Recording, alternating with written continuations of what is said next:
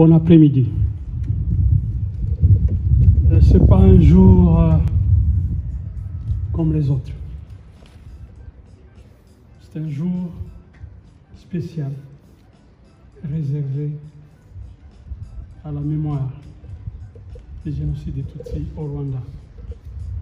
En me retournant, je vois les victimes de l'intolérance ne sont pas mortes tant que les vivants pensent à eux ou à elles. C'est ce que nous faisons aujourd'hui. Nous prenons une seconde pour penser à eux, pour qu'on les garde dans notre mémoire. Et ça, c'est un devoir des vivants. Il ne faut jamais oublier. Parce que les gens qui ont imaginé les génocides, la procédure du génocide, c'était de nous décourager, de ne jamais avoir le courage de dire « on a tué mes parents, on a tué mes frères, on a tué mes sœurs, on a tué mes enfants ». Croyez-moi, si vous demandez à des psychologues, ça fait un blocage. Il faut les débloquer avec le temps pour qu'on puisse venir les dire devant tous ces mondes visibles et invisibles. Il faut avoir le courage de transmettre ça à nos enfants. Je sais qu'il y a des mots difficiles à prononcer. Le récit qui nous a été donné le 7 avril, ça donne froid au dos. Et raconter ça à ses propres enfants, il faut avoir un courage immense pour dire ça. Mais nous avons le devoir et l'obligation devant l'Éternel et le vivant de transmettre ce qui s'est passé. Parce que ceux qui ont fait ça, ils ont cru qu'on allait disparaître à jamais. Nous les combattrons tant qu'on sera vivant. Et on sera vivant. Ils ont voulu nous décourager en comptant sur le nombre, en comptant sur les alliances obscures avec Satan, pour s'imaginer que cette machine d'extermination va aller jusqu'au bout. Non. Non. Aujourd'hui, nous sommes à la place des sciences. La science est exacte. Il n'y a pas d'intermédiaire. Que vous alliez en informatique, c'est 0 ou 1. En chiffre binaire, c'est 0 à 10. Si je me trompe.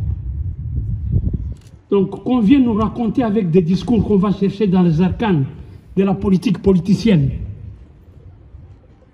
ça ne marche pas. Le Rwanda est debout. Nous avons des chercheurs qui mettront à votre disposition tous les récits, tout ce qui a été préparé. Ayez la curiosité scientifique d'aller comprendre, de chercher la vérité. Ne vous laissez pas noyer par le quotidien. Je peux comprendre que chacun de nous doit travailler, se lever le matin, le soir, pour nourrir sa petite famille. Mais prenez au moins une seconde de votre vie pour revisiter le passé. Je sais qu'on ne peut rien faire contre le passé. Le présent, on peut agir, le futur, encore mieux. C'est pourquoi il faut préparer nos enfants pour que plus jamais ça. Et vous pouvez compter sur votre gouvernement, sur le leadership de votre pays, qu'à tout moment, vous serez écoutés et appuyés.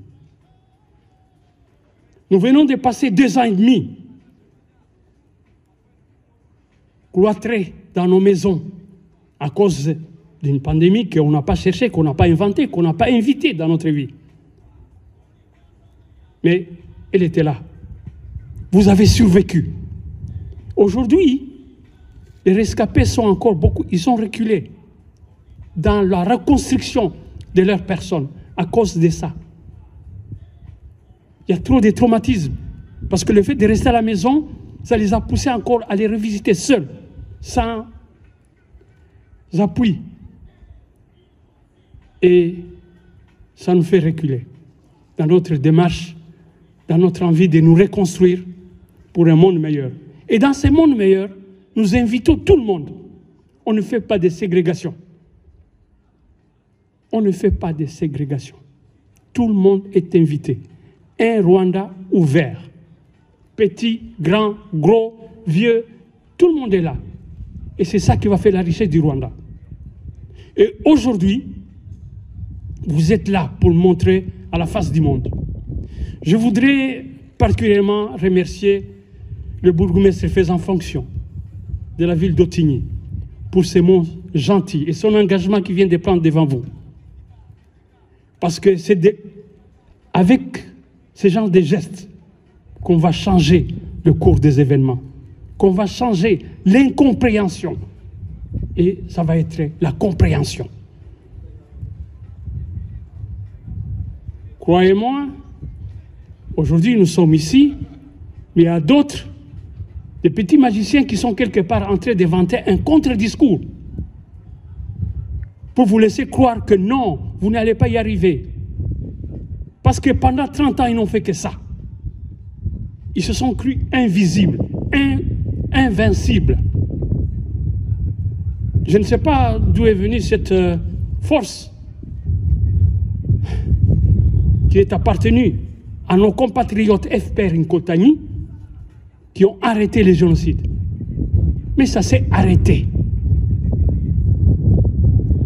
Il y avait des complicités à l'extérieur et il y en a encore.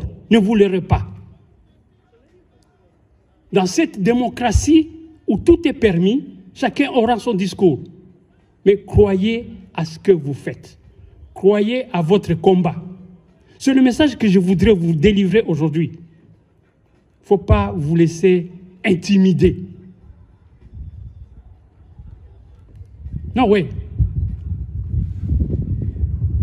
Vous savez, chacun peut raconter sa petite histoire. Moi, j'ai grandi au Congo. Et on nous appelait des cadeaux du Congo. Mais je me rappelle que quand j'étais tout petit, il y avait un monsieur qu'on appelait... j'oublie le nom. Ça ne me vient pas. C'était un jeune Tutsi. Bien sûr, quand dans la refuge, on est toujours désemparé, on ne sait pas dire son nom. Il était dans un bar et puis il y avait un monsieur autochtone là-bas qui est mouchi, costaud, quoi. Et puis il dit, mais j'entre au bar, toi, tout le monde doit sortir. Bam, il musclé. Il s'appelait musclé, le monsieur, les Tutsis. Laissez-moi le dire, les Tutsis. Il est resté dans le bar. Monsieur Karendezi, les Congolais, les mouchis. Quand il rentrait dans le bar, tout le monde devait sortir. Et Musclé dit, je ne sors pas, j'ai payé ma bière, je dois la boire. Karendezi dit, tu ne me connais pas? Non, je ne connais pas. Ah, tu vas me connaître. Ok. Et le type lui dit, sortons. Ok, on sort. Le Karendezi costaud qu'il était sûr de lui, il dit, il veut l'asséner un coup. Le type esquive, il donne un coup, l'oreille se coupe en deux. Ah, il commence à crier. Hey. On appelle la police. Il m'a coupé l'oreille. Et puis le musclé, le jeune Rwandais, tout de suite lui dit ça. Vous voulez vous battre encore? Qu'il revienne. L'autre oreille, je vais l'enlever aussi. Et puis quand il a dit viens, le type a couru. C'est ce courage-là qu'il faut avoir. Parce qu'on nous a poussés jusqu'au bout. Jusqu'à penser qu'on doit, chaque fois qu'on doit voir ces gens-là, on doit courir. Non. Non. Aujourd'hui, au Rwanda, vous avez toutes catégories confondues, tous secteurs confondus, une sorte de pépinière, des gens qui passent. Vous avez même des chercheurs à la NASA, rwandais. Nous allons créer notre centre nucléaire au Rwanda, qui va servir à la médecine nucléaire, pas pour la bombe atomique, non. Vous avez des femmes qui conduisent les avions. Vous avez des femmes qui sont dans toutes les couches de prise de décision. Ça, c'est le Rwanda nouveau. Mais comment peut-on se vanter d'avoir une république où on tue une partie de sa population? Comment? Mais il faut être vraiment du Moyen-Âge pour faire ça. Et puis quand on vous dit que le Rwanda a été fait par une partie des gens, revenons 1000 ans avant. Où est-ce qu'ils étaient? Est-ce qu'on citait au moins les noms dans ces gens-là? On disait le Rwanda, le Rwanda, le Ragouti, le Mouam, tout confondu. Mais on n'allait pas faire la ségrégation. Toi, tu es aîné comme ça, toi, tu... Non. C'était pas comme ça. Qui a apporté ça? Les Mouzungu. On était des frères. Et on l'est, c'est ce qu'on veut. Nous devons construire un Rwanda nouveau. Dire non aux gens qui s'immiscent dans notre histoire. Parce que c'est là où se trouve le problème. Parce qu'il y a des intérêts. Des gens qui veulent nous diviser pour bien régner. C'est pas ça. Ici, c'est le savoir, c'est là où on doit discuter de tout. J'aurais souhaité que l'université soit représentée. L'art de parler, l'art de discuter, l'art de la mise en question, le pourquoi et les comment des choses, c'est ici. C'est là où va jaillir une nouvelle génération qui va dire non à cet obscurantisme. Merci les enfants de nous représenter. Nous serons toujours derrière vous. Merci, vous qui osez encore parler. Parce qu'on dirait qu'on avait coupé notre langue. Et la prochaine fois, il faudra faire comme Arafat. On parle à Kinyarwanda, on interprète après. C'est mieux. Il faut vous réapproprier votre culture, votre sens du devoir. Umuco w'ikinyarwanda, ndi umunyarwanda. Très important. Mes chers frères rescapés, je pense que cet instant, au lieu de vous faire des discours énormes, chaque fois qu'on revient, on parle d'un discours, l'avion, on a abattu l'avion, maintenant vous avez entendu que c'est un leurre. Mais pendant plus de 20 ans, on nous a menés là-dessus. Si le génocide a commencé, c'est parce qu'on a abattu l'avion. Les faits sont là, les faits sont têtus. Au fur et à mesure que les années avancent, une page du Rwanda est écrite. Et dans le bon sens. Je vous invite à participer à cette marche de la reconquête du Rwanda. Et vous serez le constructeur.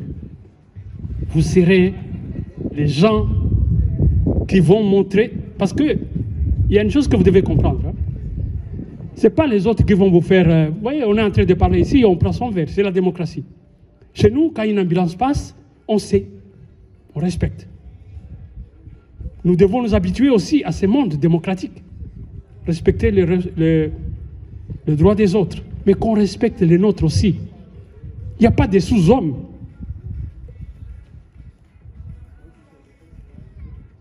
Je ne voudrais pas m'étendre à d'autres points, mais j'espère que j'aurai l'occasion de revenir si c'est un fait.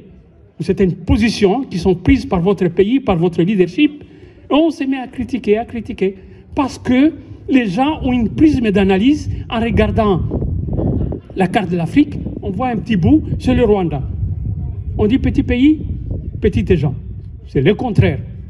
Petit pays, grand peuple.